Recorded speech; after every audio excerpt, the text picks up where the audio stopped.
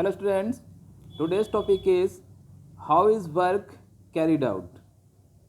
The basic task of a manager is to control workers and get more work out of them. There are two main ways of making workers produce more. One is to extend the working hours, the other is to increase the amount that is produced within a given time period.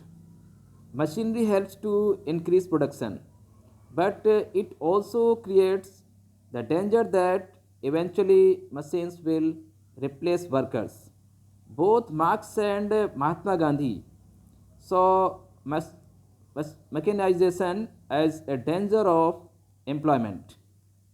Another way of increasing output is by organizing work.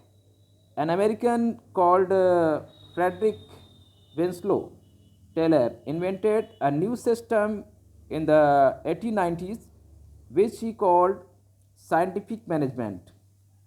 It is also known as Taylorism or industrial engineering.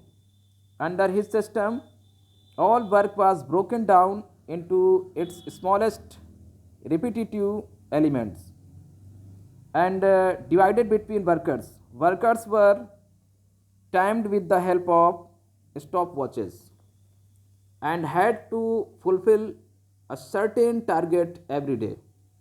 Production was further speeded up by the introduction of the assembly line. Each worker sat along a conveyor, built and assembled only one part of the final product. The speed work could be set by adjusting the speed of the conveyor belt. In the 1980s, there was an attempt to shift from this system of direct control to indirect control, where workers are supposed to motivate and monitor themselves. But often we find that the old terrorist process survives. Workers in textile mills, which is one of the oldest industries in India, often describe themselves as an extension of the machine. The more mechanized an industry gets, the fewer people are employed, but they too have a work at the pace of the machine.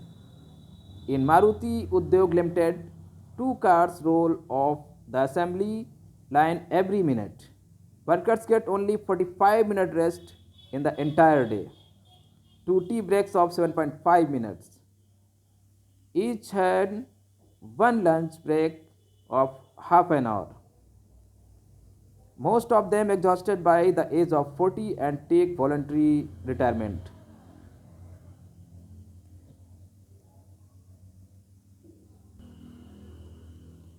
As a result of these working hours, in places like Bengaluru, Hyderabad, and Gurgaon, there many IT firms or call centers are located. Shops and restaurants have also changed their opening hours and are open late. If both husband and wife work, the children have to be put in creches. The joint family, which was supposed to have disappeared with industrialization, seems to have re emerged as grandparents are roped in to help with children. One important debate in sociology is whether industrialization and the shift to services, the knowledge based work like IT leads to greater skills in society.